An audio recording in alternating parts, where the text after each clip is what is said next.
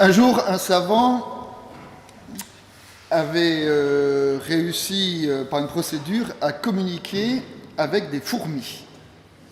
Donc il s'est réduit, il est allé visiter les fourmis, et comme c'était un savant, on lui a présenté une fourmi particulièrement érudite.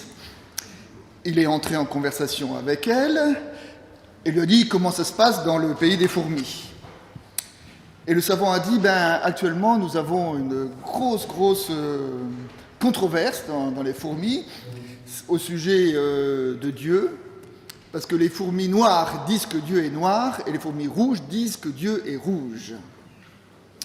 Ah bon, dit le savant, et vous, qu'en pensez-vous ?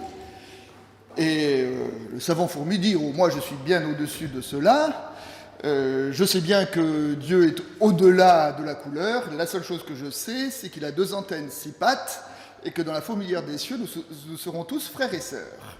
Est-ce que nous ne ressemblons pas étrangement à ces fourmis ? Je dis par là que dès que nous disons le mot Dieu, est-ce que nous ne risquons pas d'appréhender, et après tout, pouvons-nous faire autrement, d'appréhender Dieu à partir de notre propre regard, à partir de notre propre point de vue. Dans le domaine de la pensée, nous pouvons distinguer 2 méthodes, 2 approches pour dire quelque chose sur Dieu. Il y a d'une part ce qu'on appelle la théologie ascendante, qui va de l'homme à Dieu. Dans les sphères savantes, on appelle ça l'analogie de l'être. Et l'analogie de l'être, c'est l'idée selon laquelle, si l'homme a été créé à l'image de Dieu, il y a donc en l'homme une sorte de similitude, d'analogie, qui lui permet de pouvoir dire quelque chose sur Dieu. Ce sont, dans le domaine de la pensée, de la philosophie, toutes les démarches qui ont essayé de pointer ce qu'on appelait les preuves de l'existence de Dieu. La première de ces preuves, c'est saint Anselme de Canterbury qui a défini Dieu comme étant ce que je peux penser de plus grand. Voilà, ce que je pense de plus grand, c'est Dieu. Car si je pouvais penser quelque chose de plus grand que cela, c'est ce plus grand qui serait Dieu. Oui, donc je parle de l'humain, je parle de ma pensée, de ma réflexion, de mon intelligence, et à partir de mon intelligence, j'essaye de dire quelque chose sur Dieu. À mes yeux, cette démarche est une impasse. Est une impasse pourquoi ? Parce que peut-être qu'une des données de ces dernières décennies des sciences, c'est que nous savons que l'univers est bien plus grand que ce qu'on avait imaginé. Aujourd'hui, nous savons que notre Terre n'est qu'une planète qui tourne autour du Soleil, lequel Soleil n'est qu'une étoile quelconque dans la Voie lactée, laquelle Voie lactée n'est qu'une galaxie parmi des milliards ou des centaines ou des milliers de milliards d'autres.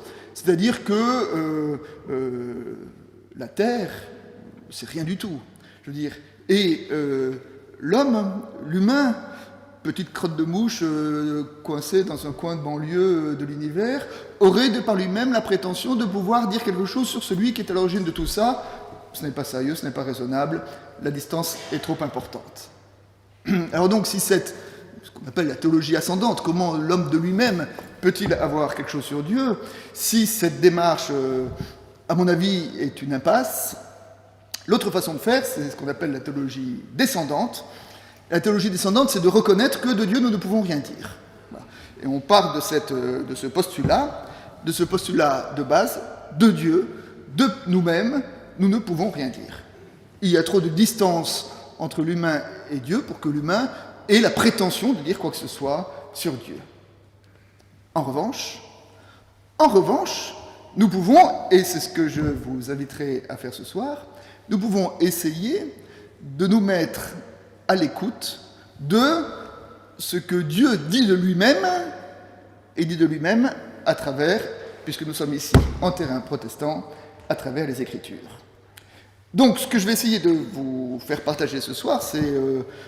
moi, je n'ai aucune compétence pour vous dire quoi que ce soit sur Dieu, si ce n'est que j'essaye d'être un lecteur du livre, et donc je vais essayer de vous faire partager ce soir comment ma lecture du livre, qu'est-ce qu'elle me dit de Dieu.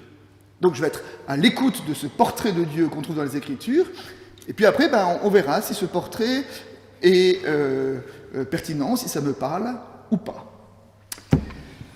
Pour évoquer donc le Dieu tel qu'il se révèle dans les Écritures, je le ferai en 4 étapes.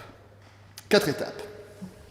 Première étape, il y a 15 jours, la dernière fois que nous nous sommes vus, nous avons parlé sur l'humain. Qu'est-ce que l'humain dans l'Écriture? Pour ce faire, nous avons travaillé à partir d'une relecture des chapitres 2 et 3 du livre de la Genèse. Aujourd'hui, première étape, Dieu créateur, et je partirai du premier chapitre, le premier verset de la Bible. Au commencement, Dieu créa le ciel et la terre. Et je voudrais essayer de réfléchir avec vous sur qu'est-ce qu'il y a derrière cette notion-là, la notion de création. Alors, Dieu, créateur du ciel et de la terre. Ça veut dire, s'il est créateur, il est antérieur au ciel et à la terre, et Dieu, si Dieu est, par définition, Dieu est infini. Hein? Dieu créateur, Dieu est infini. Mais, si Dieu est infini, qu'est-ce que la création? La création, c'est l'apparition du fini dans l'infini. Hein? C'est-à-dire que c'est quelque chose qui était illimité, et dans cet univers illimité, voici qu'apparaît quelque chose de limité, qui est la création, notre terre, notre monde, notre univers, qui nous savons est limité. Et pour essayer d'évoquer, de penser ça, la philosophe Simone Weil a posé une drôle d'équation. La philosophe Simone Weil a dit, si la création est l'apparition de quelque chose de fini dans un univers infini, ça veut dire que Dieu plus la création, c'est moins que Dieu tout seul. Puisque la création, c'est l'irruption de la finitude. C'est-à-dire que la création, le premier acte de Dieu, correspond quelque part à une sorte d'amoindrissement de Dieu. La pensée de la Kabbale, c'est la partie du judaïsme qui essaie de réfléchir sur l'être de Dieu. Et la pensée de la Kabbale a eu une drôle de concept pour imaginer ça. Et ce concept, elle appelle ça le Tzimtzum. Le Tzimtzum, c'est un drôle de nom. Le Tzimtzum, ça veut dire quoi? Ça veut dire que si Dieu est infini, Dieu occupe toute la place. Mais si Dieu occupe toute la place, la création ne peut pas apparaître. Et donc, il y a eu cette espèce d'imagination que, antérieurement à la création, il y a une sorte de repli de Dieu, de rétractation de Dieu sur lui-même, afin de laisser apparaître quelque chose qui n'est pas lui. Quelque chose qui est un autre que lui-même, l'apparition du fini dans l'infini. Et donc de dire Dieu crée, eh bien, quelque part, c'est que Dieu accepte que dans l'univers, il y ait quelque chose qui lui échappe, qui est sa propre autonomie, qui est son propre chemin, sa propre route. À cette idée du Tzimtzum, je voudrais mettre en parallèle, pour nous aider à comprendre cela, une idée qu'on trouve dans la Théogonie d'Hésiode. Donc c'est un poète de la mythologie grecque. Dans la Théogonie d'Hésiode, le principe premier, au commencement du monde, dans ce mythe, il y a un principe féminin, Gaïa, la terre, et un principe masculin, Ouranos, le ciel. Et Ouranos recouvre Gaïa comme le ciel recouvre la terre, et c'est aussi un acte de fécondation. Hein. Et on dit que Gaïa se retrouve fécondée par la façon dont Ouranos la recouvre. Cette union donc est féconde et dans les entrailles de la Terre, un certain nombre d'êtres, ce sont les titans, sont fécondés. Et le problème, c'est qu'ils ne peuvent advenir à la vie ne peuvent naître parce que Ouranos occupe toute la place. Et parce que Ouranos occupe toute la place, ils ne peuvent pas sortir des entrailles de la Terre. Et Gaïa, donc, a les flancs endoloris de ses enfants en elle qui ne peuvent sortir. Et à ce moment-là, il y a une conspiration entre Gaïa et le premier de ces titans, ce sont les titans, Cronos, et des entrailles de la Terre, Gaïa forge une serpe, et Cronos, le titan, dans les ventres de Gaïa, prend cette serpe et coupe la partie d'Ouranos qui était dans Gaïa. Donc Cronos émascule Ouranos, ça fait très très mal. Alors Ouranos se retire en criant, il libère l'espace est libre, et les titans peuvent advenir à la vie. Je vous ai cité ce mythe-là parce que il y a une certaine analogie, c'est que pour que la vie puisse apparaître, il faut qu'il soit précédé par un retrait. Il faut qu'il y ait un espace qui ait été libéré. Et la seule différence, c'est que dans la mythologie d'Hésiode, c'est par la violence, la mutilation que l'espace crée et que le monde peut advenir, alors que dans la pensée biblique, c'est selon le désir de Dieu que Dieu accepte de se diminuer pour qu'apparaisse un autre que lui-même. Donc, premier temps, création de par la volonté de Dieu, création où Dieu accepte que arrive un autre que lui-même et qui est la création. Premier temps. Deuxième temps, une fois que Dieu a créé le monde, quel type de relation Dieu va-t-il entretenir avec le monde? Et là encore, dans le domaine de la pensée, nous pouvons avoir plusieurs modèles de relations. Il y a d'abord certaines pensées, certains philosophes qui disent Dieu crée, une fois que Dieu a créé, Dieu a autre chose à faire qu'à s'occuper de sa création. C'est-à-dire que c'est Aristote qui dit ça, par exemple, il dit Dieu crée parce qu'il faut bien qu'il y ait un créateur.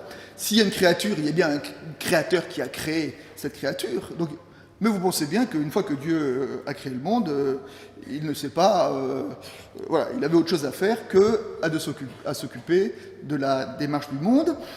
Cette conception est souvent une conception que nous rencontrons de nos jours, ou de nos jours, nous voyons plusieurs personnes qui disent je peux admettre qu'il existe un Dieu quelque part, parce que oui, il faut bien quelque chose qui soit l'origine de tout, mais de là à penser que ce Dieu s'intéresse à moi, il y a une distance que je ne suis pas prêt à franchir. Et peut-être justement que la distance de la foi, c'est de croire que ce Dieu qui est à l'origine de tout est aussi un Dieu qui a une parole et qui s'intéresse à moi en tant que sujet.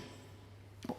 Je reviens donc. Première compréhension, Dieu crée et puis ensuite Dieu devient indifférent à la tenue du monde.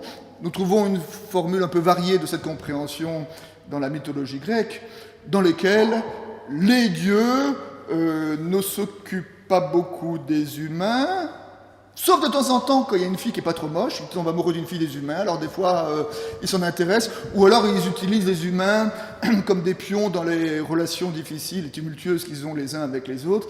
Mais en gros, globalement, le thème essentiel, c'est quand même celui de l'indifférence. Donc ça, c'est un modèle. Le modèle opposé, nous pouvons dire, c'est ce qu'on appelle le panthéisme.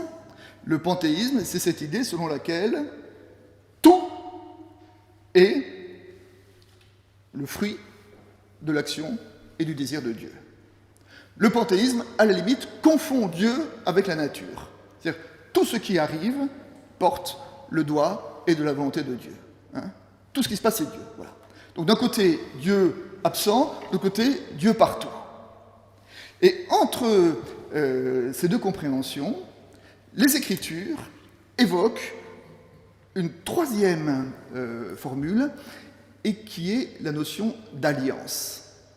L'alliance est le mode de relation de Dieu avec l'humain qu'on trouve dans les Écritures.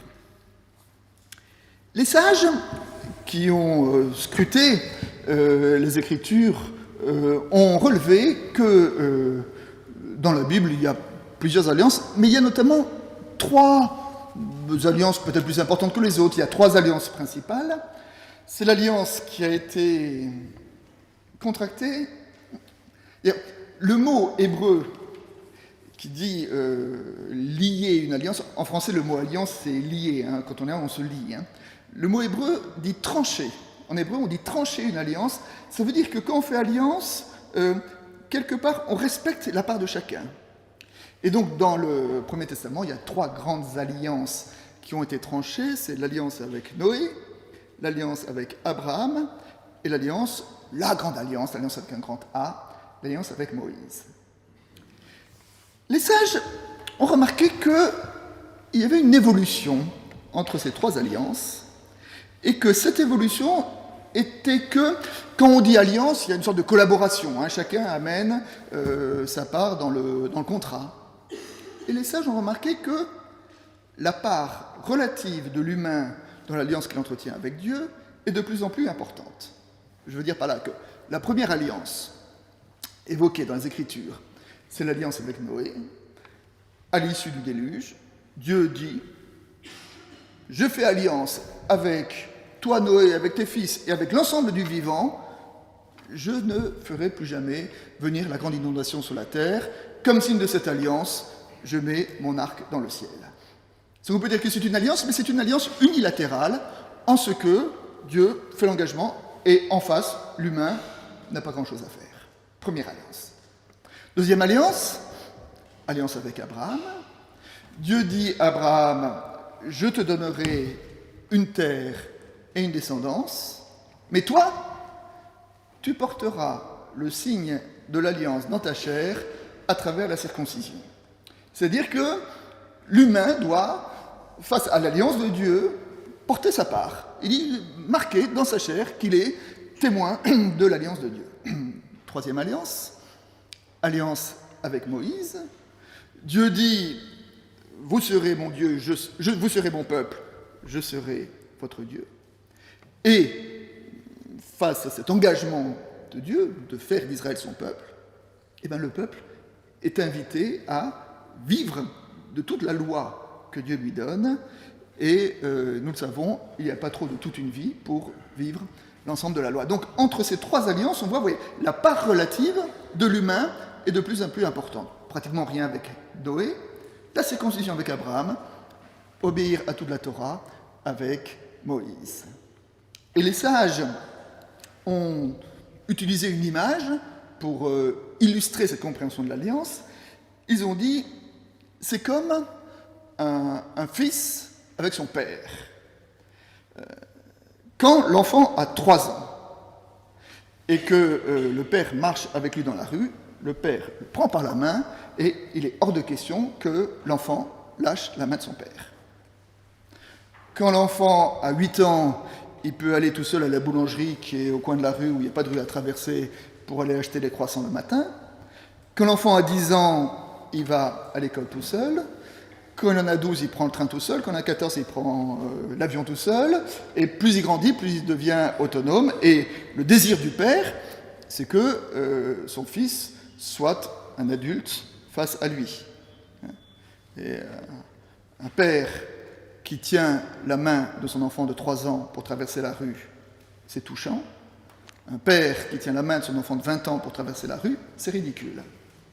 Et donc, derrière cette image, on voit que c'est une illustration de cette notion d'alliance et que, quelque part, on peut considérer que le peuple, en ayant de plus en plus à faire, grandit en responsabilité, grandit en maturité. Et les sages ont même continué en disant qu'après avoir fait ces alliances, le peuple avait quand même un peu de mal à comprendre la loi que Dieu lui a donnée. Alors pour cela, Dieu a envoyé des prophètes pour expliquer sa parole. Et puis un jour est arrivé ce qu'on appelle la fin de la prophétie. Et la fin de la prophétie, c'est quand Dieu arrête d'envoyer des prophètes. Et c'est de dire, c'est à partir du moment où il y a eu, dans le judaïsme, autour de 3e, 4e siècle avant Jésus-Christ, la Grande Assemblée. La Grande Assemblée, le Grand Sanhédrin, c'est l'Assemblée des sages, 70 sages, qui avaient suffisamment de tradition, suffisamment de connaissances, suffisamment d'études pour dire, nous sommes nous-mêmes à même de pouvoir interpréter et comprendre pleinement la vision, le désir de Dieu pour notre création, et à la limite, Dieu n'a plus rien à dire. Oui. Alors comment à travers ces alliances, il y a une évolution qui s'opère, et nous chrétiens, nous ne pouvons oublier, et ce sera mon troisième temps, ma troisième étape, dans le domaine de la révélation de Dieu, c'est de dire que si nous sommes chrétiens, c'est parce que nous croyons que pour dire Dieu, nous avons Jésus.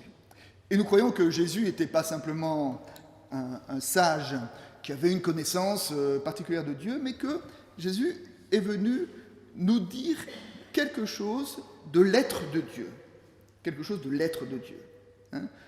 Le commencement de l'évangile de Jean, au commencement était la parole, et la parole a été faite chair, elle a fait sa demeure, elle a planté sa tente parmi nous. C'est-à-dire qu'il y a, à travers Jésus, quelque chose de Dieu qui est venu au milieu des humains. Je vais peu parler de Jésus, parce que ce sera tout l'objet de mon intervention de la fois prochaine, mais je voudrais quand même souligner ce que ça apporte dans notre regard sur Dieu. Et peut-être pour nous permettre de mieux le comprendre, encore une fois, je ferai référence par comparaison avec la pensée du judaïsme. Dans le judaïsme, les maîtres disent que la question de l'existence de Dieu, je veux dire la question « Dieu existe-t-il ?», cette question n'est pas pertinente. Pourquoi ? Parce que, en français, le verbe « exister », qu'est-ce que ça veut dire qu'on existe ? Le verbe « exister », ça veut dire qu'on est inscrit dans le temps et dans l'espace. Existe ce qui est inscrit dans le temps et dans l'espace. Or, dans la Bible, Dieu est créateur du temps et de l'espace. Et donc, si Dieu est créateur du temps et de l'espace, le verbe « exister » n'est pas pertinent pour parler de Dieu, puisque Dieu est au-delà ou en deçà du temps et de l'espace. Donc, de l'existence de Dieu, les Juifs disent « nous ne pouvons rien dire ».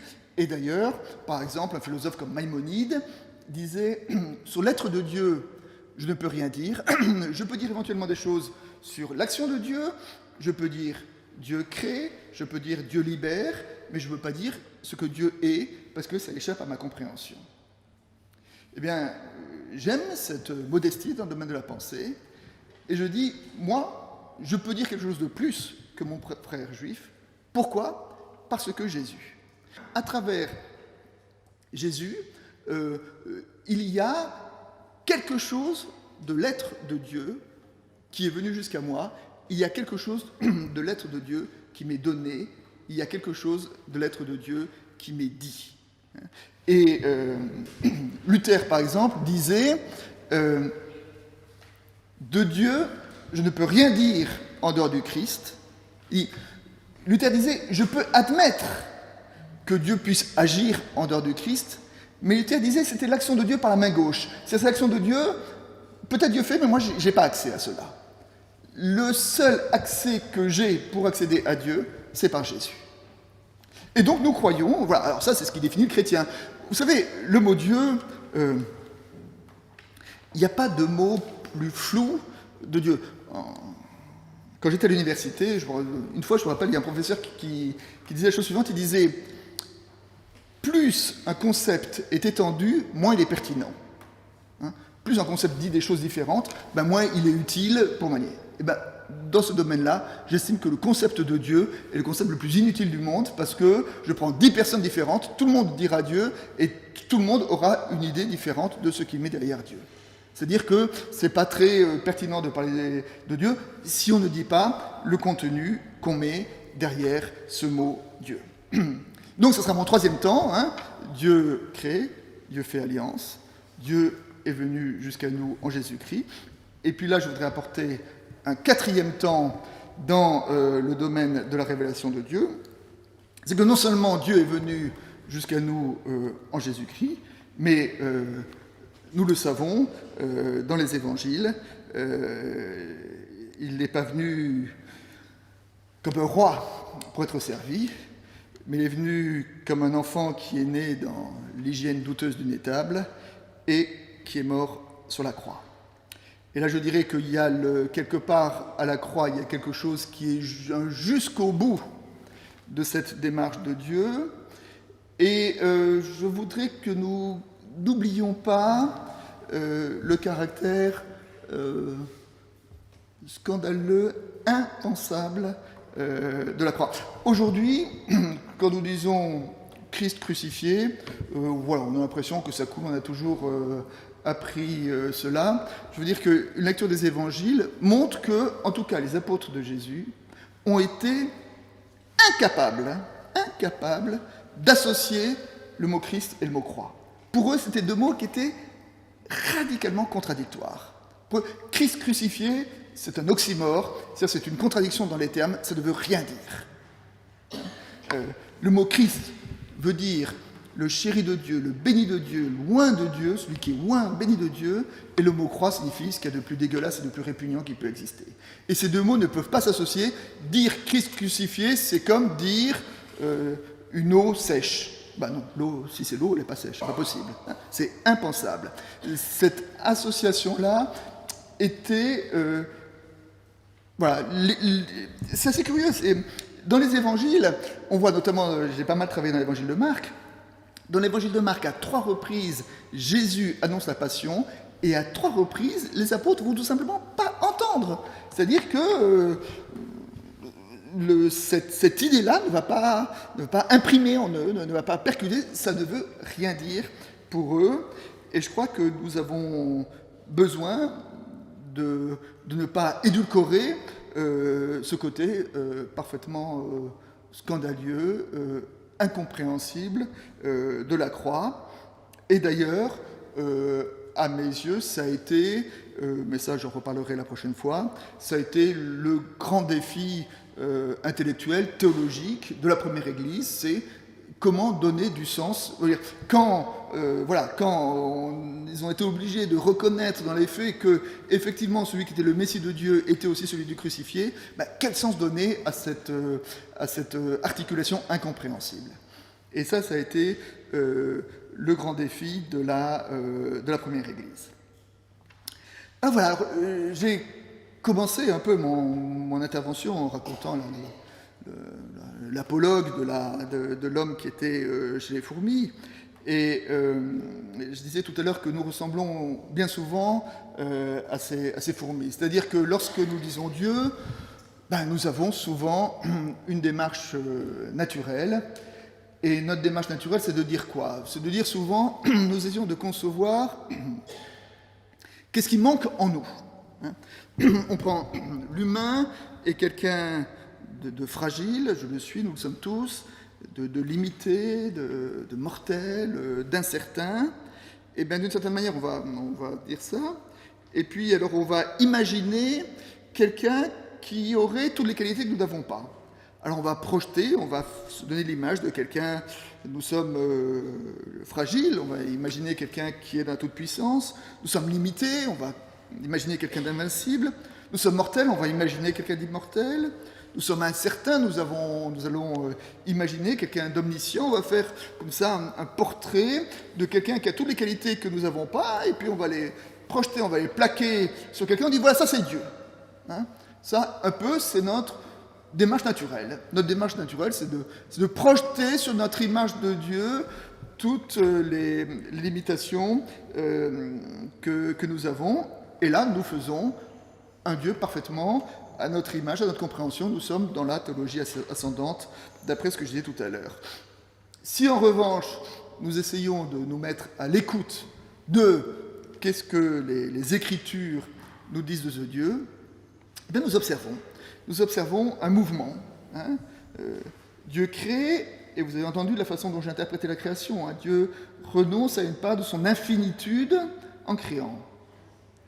Dieu fait alliance, Dieu entre en relation avec l'humain, et à travers les différentes alliances, il appelle l'humain à devenir adulte et à grandir dans toutes les dimensions de son humanité. Dieu devient en Jésus-Christ homme, et si on est sérieux de croire qu'il y a quelque chose de Dieu en Jésus-Christ, c'est quelque part Dieu renonce à une part de son infinité, à une part de sa toute-puissance, à une part de son ciel pour venir planter sa tente au milieu des humains, comme le dit l'évangile de Jean. Et enfin, Dieu, Jésus-Christ, meurt sur une croix.